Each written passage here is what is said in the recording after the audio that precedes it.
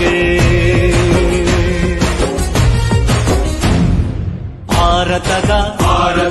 ಪ್ರಜೆಗಳಾದ ನಾವು ಭಾರತದ ಪ್ರಜೆಗಳಾದ ನಾವು ಭಾರತವನ್ನು ಒಂದು ಸಾರ್ವಭೌಮ ಸಮಾಜವಾದಿ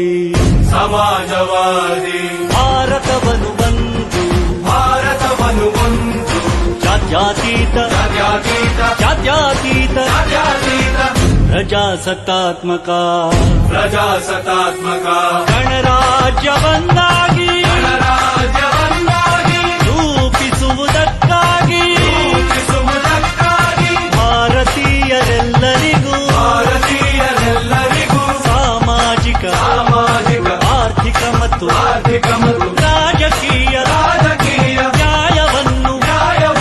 ವಿಚಾರ ಅಭಿವ್ಯಕ್ತಿ ನಂಬಿಕೆ ಧರ್ಮ ಮತ್ತು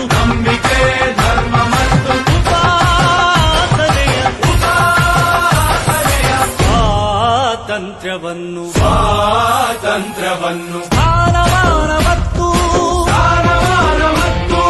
ಅವಕಾಶಗಳ ಸಮತೆ ದೊರೆಯುವಂತೆ